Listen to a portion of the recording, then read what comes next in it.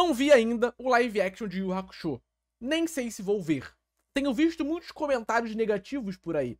Porém, Daniel Fernandes, meu querido amigo, lançou um vídeo, né, YouTube, falando sobre o live action de Yu Yu Hakusho. Então, estou aqui de mente aberta e coração sincero para poder ver o que meu amigo achou, né, e com certeza basear minha opinião na dele. Até porque eu sou burro e eu faço isso, né. Então, vamos ver se ele me convence a assistir essa bomba ou não. Vamos lá, vamos lá, vamos lá. Incestuosa!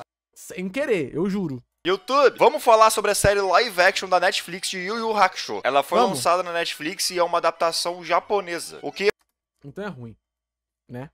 Com todo respeito à Netflix e com todo respeito ao Japão, tá? Geralmente, adaptações da Netflix já são ruins, né? Adaptações que a Netflix investe dinheiro são ruins. Mas, às vezes, tem coisas boas, tipo One Piece, live action. Porém, quando bota o japonês na conta, acaba complicando. Por quê?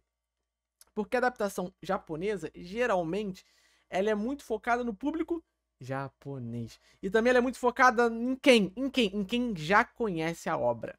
Eu nem assisti o live action, mas eu vi que são 5 episódiozinhos.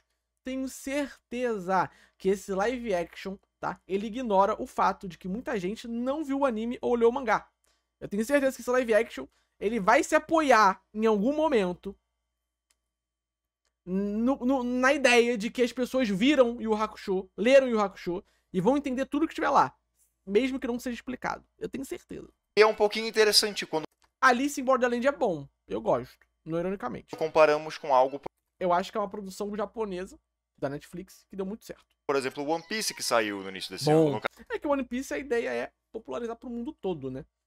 Já quando o live action ele é japonês igual o Yu Yu Hakusho, eu acho que ele é mais fechado.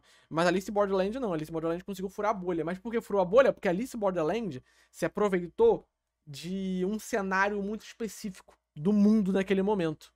Round 6. Ah, man. Round 6, né? Tava em alta, né? Uma série coreana sobre jogos e morte. Alice in Borderland é uma série japonesa sobre jogos e morte. Tem uma vibe parecida, tá ligado? Calma, Alicia. Deixa eu molhar o bico. Alice veio antes. Porém, o boom de Alice vem com Round 6 depois. Tem uma segunda temporada, esqueceram? Tem uma segunda temporada. Tem uma segunda temporada. E agora vai ter uma terceira temporada. Então, o boom vem ali. Porque Round 6 ajuda muito as pessoas a quererem assistir mais conteúdo asiático. E esse é o grande boom. A segunda temporada, ela vem forte. Porra, deixa eu molhar o bico. No caso, meio desse ano. Que One Piece tinha uma questão interessante que era o orçamento e todo o marketing por trás. E 2, por ser uma série Round 6 que é bom, é legal.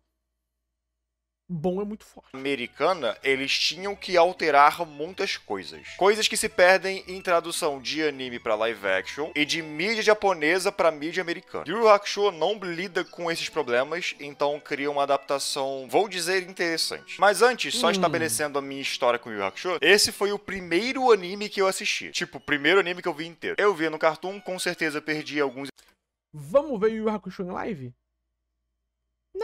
episódios e alguns plot points, mas eu me lembro de ver o último episódio e entender que tinha uma narrativa, tinha uma história, tinha arcos de personagem, quer dizer, com o entendimento da época de garoto de 6 anos de idade, mas vocês entenderam. Porém, como eu deixei implícito agora, foi papo de 20 anos atrás. Então, eu só não me lembro de nada. Tudo que eu sei é que eu gosto de Yu Yu Hakusho, mas eu não sei dizer o porquê ou do quê. É nostálgico e eu não lembro nada, é isso. Com isso, algumas coisas que eu criticar aqui desse live action, talvez sejam críticas ao anime também, mas eu não tenho como lembrar. E outra coisa é que vai ter spoiler aqui, porque não dá pra eu reclamar do que eu quero reclamar desse live action sem dar spoiler, beleza? Ok, pra quem não sabe, que tem muita gente jovem, qual que é a premissa de Yu Yu Hakusho? Tem esse brother aqui chamado Yusuke Urameshi, e ele morre, fim do anime, fim da história, acabou. Ele morre ao salvar uma criança de ser atropelada. E o live action fez questão de mostrar mesmo a morte acontecendo de maneira brutal, de maneira cruel. Só que, olha só, ninguém esperava que ele ia fazer algo do tipo, nem os deuses do mundo dos mortos, não são deuses, mas você entendeu. Então ele deveria ir pro inferno porque ele é um babaca, mas nossa, essa ação foi tão boa que ele talvez deveria ir pro céu, então não dá pra saber. Já sei, ele vai virar um detetive. Aí ele vira um detetive fantasma por um tempinho, e aí depois ele consegue o corpo de volta, e aí volta a vida, e aí vira um anime de porrada. O primeiro episódio live action é legal, eles apresentam essa premissa de uma maneira legal. Tipo, legal o suficiente, se faz sentido. O fato do personagem do Yusuke ser irado no anime é uma das poucas coisas que ficou presa na minha cabeça pra sempre. E eu acho que ele foi bem adaptado aqui nesse live action. Yusuke Urameshi é simplesmente um personagem bom. Ele tem Maneiro, demais. esse aspecto de um personagem delinquente, valentão, agressivo. Pô, essa luta aí é cinema, hein? Eu vi um take dessa luta, ficou bem maneiro, hein? Não trata ninguém muito bem, faz o que ele quiser, mas ele também claramente não gosta de injustiça e ele é uma pessoa boa no fundo. Ele não é um bully, ele é um bully que bate nos bully, basicamente. Eu achei as cenas que apresentam isso logo nesse primeiro episódio muito boas, e o ator, cujo nome eu não me recordo agora, entregou bem. Eu vi dublado, então não sei muito bem as inflexões da voz dele, mas em questão de aparência, expressões faciais, a forma como ele se porta, a forma como ele fica parado, Boa atuação. essencialmente, o jeito que ele anda, a cara de eu não me importo com você, ele entrega tudo isso muito bem. O ator passa carisma com seus gestos corporais, essencialmente. Outra coisa Que atuação. que funciona muito bem nesse início e se carrega até o final da série, vou admitir, é a coreografia das cenas de luta. Eu sempre critico reto. cenas de luta corpo a corpo hollywoodianas, porque elas só não são tão boas assim. Não são. Cenas de luta corpo a corpo hollywoodianas não são tão boas, isso é verdade. As japonesas são muito mais expressivas e teatrais. Justamente, uma herança aí que a gente tem, né, do próprio teatro japonês, que é uma arte muito expressiva, exageradamente expressiva, em movimentos corpóreos, que os tokusatsu herdaram, principalmente por quê? Porque o tokusatsu, ele não mostra expressão facial, porque o cara tá mascarado. Então, ele tem que se expressar com o corpo, então é tudo muito exagerado. Então o teatro japonês, o cinema japonês especificamente, ele herda muito disso, esse exagero na atuação, o que é algo bom.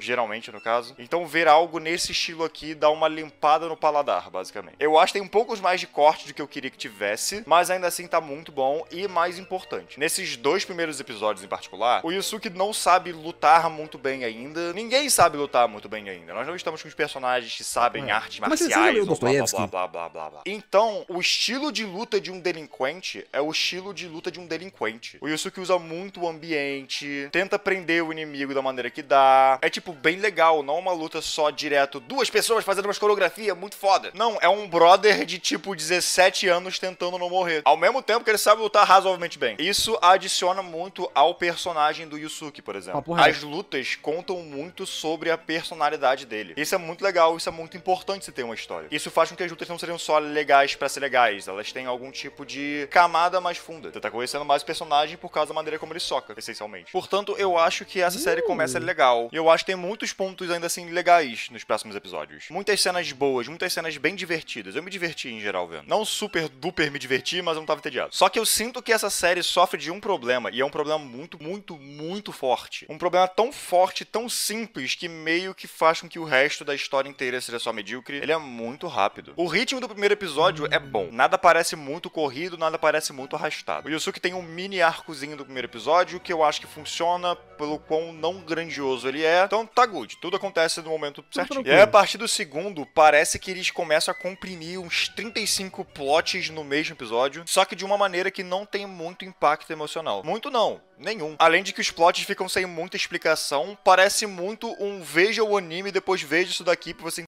Foi o que eu falei, pô, eu sou gênio, né? Eu sou gênio, né? Não preciso nem assistir as paradas que eu já sei. Entender o que exatamente tá acontecendo. Não que seria difícil de entender, mas é porque nada tem muita atenção. Bizarro, No episódio como eu sou um 2, gênio. o Yusuke luta contra esse bicho E essa luta é muito boa, hein? A cinematografia dessa luta é de dar inveja, hein? Eu queria que o One Piece tivesse umas lutas meio assim, sabe? Mas eu sinto que eles se preocupam muito, assim, com a saúde dos atores, dos dublês, né? Mas eu acho que isso aí é um problema da direção. Eu acho que eles conseguem fazer coisas legais. John Wick faz, né? Aves de Rapina fez, mas Aves de Rapina tinha o diretor de coreografia de John Wick.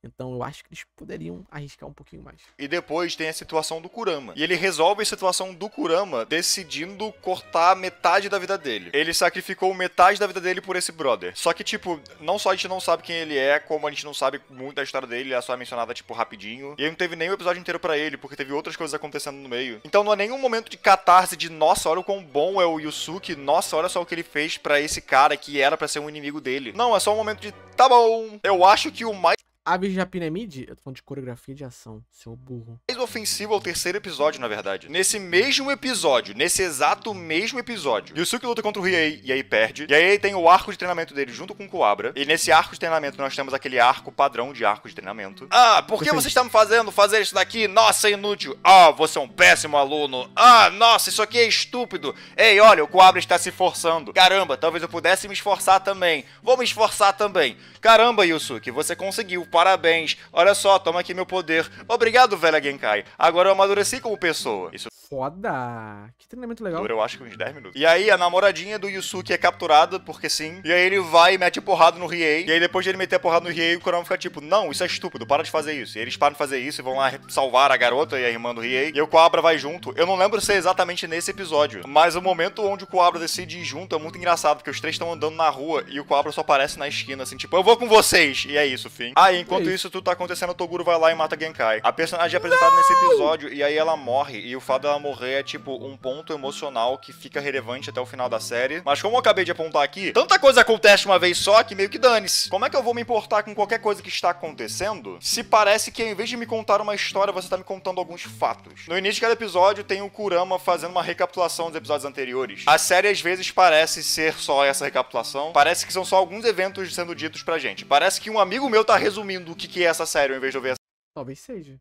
Talvez seja. Você é um amigo meu que tá me resumindo essa série. Tá vendo? série. Eu sinto que essa velocidade é o problema que ferra a série inteira, essencialmente. Eu não ligo pro Toguro, porque o Toguro tá aqui como vilão dessa temporada. Eu imaginaria que Toguro ficaria pra uma segunda temporada, ou sei lá, mas não. Eu acho que já que é o vilão mais popular de Yu Yu Hakusho, ele só tá aqui, só que ele não, né, ele não é muito interessante. Ele tem que aparecer pouco, ele não pode ter muita profundidade. Os temas e paralelos dele com o Yusuke parece que vem mais à tona só no último episódio mesmo, porque a série tinha que lidar com muita coisa com o Yusuke antes disso, então não dava pra construir um paralelo interessante entre ele e o vilão. Durante o episódio 4, o Riei e o Kurama lutam contra algum oponente. A luta do Kurama em particular é muito importante pro personagem dele, porque ela estaria ali pra finalizar ou pelo menos pontuar a questão do personagem do Kurama, de que ele é meio humano e meio yokai. Que lado ele quer se manter? Ele libera a forma yokai dele durante o combate, mas ele fica tipo, eu não queria fazer isso. E no fim das contas ele ainda assim vence como humano. Ele é um catboy, que fofo. Então tinha uma história pro Kurama nessa luta. Só que não só tem que acontecer muitas outras coisas ali, não dá pra ter um foco maior pro Kurama nessa cena, como a série optou por deixar o ritmo mais de ação e mais intenso do que realmente ter um momento de personagem. Então a luta dele e do Riei ficam cortando uma pra outra constantemente, enquanto a gente vê as 35 outras coisas que estão acontecendo nesse clímax. Com isso, não parece ter muito tempo pro Kurama ter um momento de personagem dele. É um tá aqui porque meio que tem que estar aqui. Foi algo que foi contado pra gente, não algo que foi apresentado aos poucos pra narrativa e seguindo. Ele é Foxboy, ele é literalmente Ari.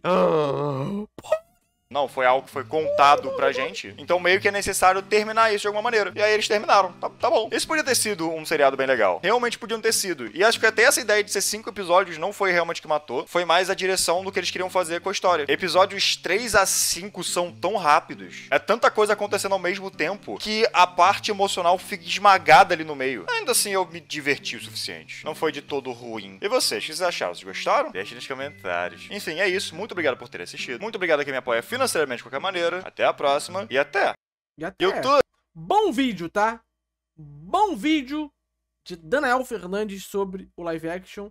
E no final, eu não vou assistir. Obrigado. Eu vou ler o mangá ou ver o anime, tá?